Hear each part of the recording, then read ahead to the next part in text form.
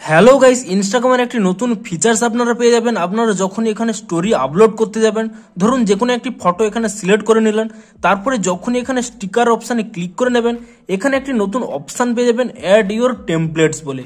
আপনারা হয়তো ভাবছেন এটি সেই আগের মতোই অ্যাড ইওরস, তাই জন্য আপনারা ভাবছেন এটি একটি নর্মাল আপডেট। কিন্তু এই নতুন ফিচার্সটি যদি আপনারা ইউজ করা শিখে যান, আপনাদের অ্যাকাউন্টের রিচ কিংবা আপনার অ্যাকাউন্টের ফলোয়ার অনেক গুণ বেড়ে যেতে পারে যদি আপনি সঠিক পদ্ধতিতে এই নতুন স্টিকারটিকে ইউজ করেন। তাই জন্য আজকের এই ভিডিওটিতে আপনাদের জানাবো আপনারা কি করে সঠিক পদ্ধতিতে এই অ্যাড ইওর টেমপ্লেটস এর নতুন যে স্টিকারটি এসেছে তা আপনারা কি করে ইউজ করবেন এবং এই স্টিকারটি ব্যবহারের মাধ্যমে আপনাদের অ্যাকাউন্টের রিচ কিংবা আপনাদের ফলোয়ার কিরকম বৃদ্ধি পেতে পারে তাও আপনাদের এই ভিডিওটিতে জানাবো। এবং ভিডিওটি খুবই ছোট হতে চলেছে, তাই জন্য পুরো ভিডিওটি অবশ্যই দেখতে থাকুন। তো হ্যালো গাইস, আমি সৌরভ, আপনারা দেখছেন ইস্যুটেক। চলো শুরু করা যাক।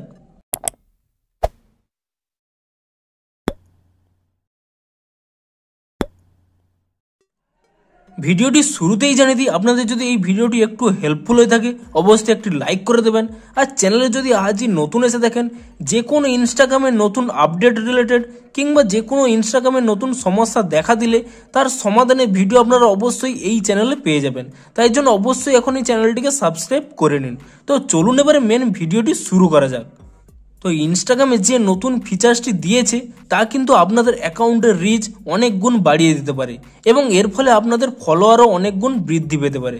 তো আপনারা জেনে নিন সেই স্টিকারটিকে আপনারা কিভাবে ইউজ করবেন এবং এর ফলে আপনাদের অ্যাকাউন্টের রিচ কিংবা ফলোয়ার কিভাবে বৃদ্ধি পাবে তাও আপনাদের জানিয়ে দেবো। তাই জন্য পুরো ভিডিওটি অবশ্যই দেখতে থাকুন। তো প্রথমে আপনারা স্টিকারটি কোথায় পেয়ে যাবেন, আপনারা যখনই এখানে কোনো স্টোরি আপলোড করতে যাবেন এখানে প্লাস অপশানে ক্লিক করে নিয়ে, ধরুন আমি যে কোনো একটি স্টোরি আপলোড করে নিচ্ছি, ধরুন এই ফটোটি আমি সিলেক্ট করে নিলাম। তো তারপরে আপনারা কি করবেন, আপনারা এখানে যে স্টিকার অপশান পেয়ে যান আপনি সেই স্টিকার অপশানে ক্লিক করে নেবেন। তো তাহলেই দেখতে পাবেন এই প্রথমে এখানে একটি নতুন অপশান দেখতে পাবেন অ্যাড ইওরস টেমপ্লেট এবং এখানে স্পষ্ট লিখেই দিয়েছে, দেখুন start A trending movement, turn any story into a template. অর্থাৎ আপনি এখানে আপনাদের নিজেদের টেমপ্লেট ক্রিয়েট করতে পারবেন। তো আপনারা কি করবেন, জাস্ট ইজিলি এই স্টিকারটির উপরে ট্যাপ করে নেবেন। তো তাহলেই দেখতে পাচ্ছেন এখানে অ্যাড ইওরস বলে একটি লেখা চলে এসেছে।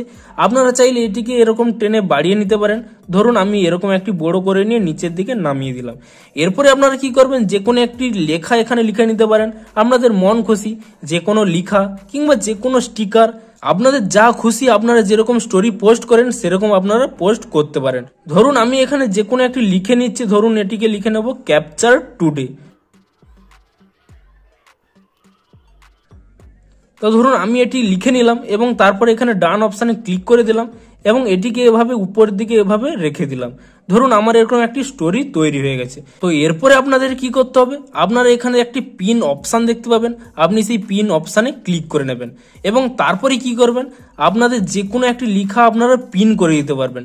ধরুন আমি এই লেখাটিকে পিন করে নিচ্ছি, তার জন্য কি করবেন, আপনারা এই লেখাটির উপরে ট্যাব অ্যান্ড হোল্ড করে রাখবেন এবং এখানে দেখতেই পাচ্ছেন এখানে লেখা রয়েছে পিন্ড এবং others can not edit this, অর্থাৎ অন্য কেউ এটিকে এডিট করতে পারবে না।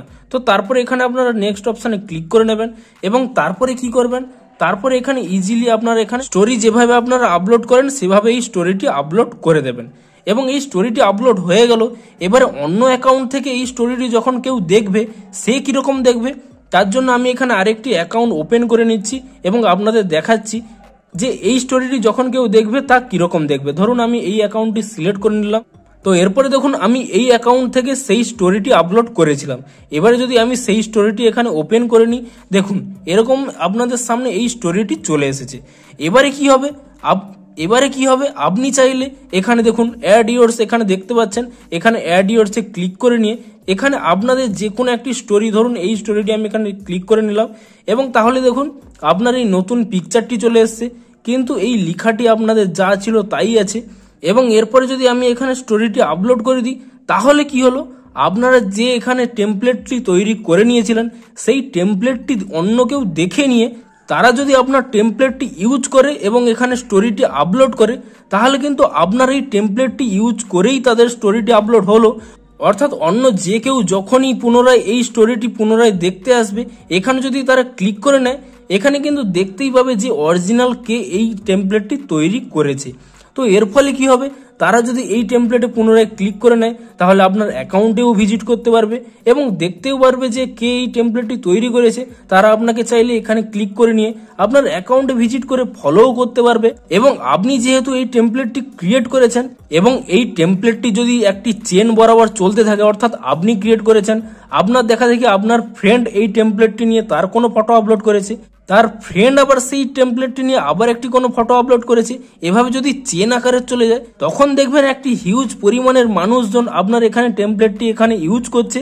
তাহলে আপনার অ্যাকাউন্টের রিচ অনেকটাই বেড়ে যাবে এবং যে কেউ যখনই এখানে তাদের এই টেমপ্লেটে ক্লিক করে নেবে তারা দেখতে পাবে যে এই টেমপ্লেটটি কে ক্রিয়েট করেছে। তারা যদি চায় আপনার এই প্রোফাইলে ভিজিটও করতে পারে এবং আপনাদের অ্যাকাউন্টকে ফলোও করতে পারে।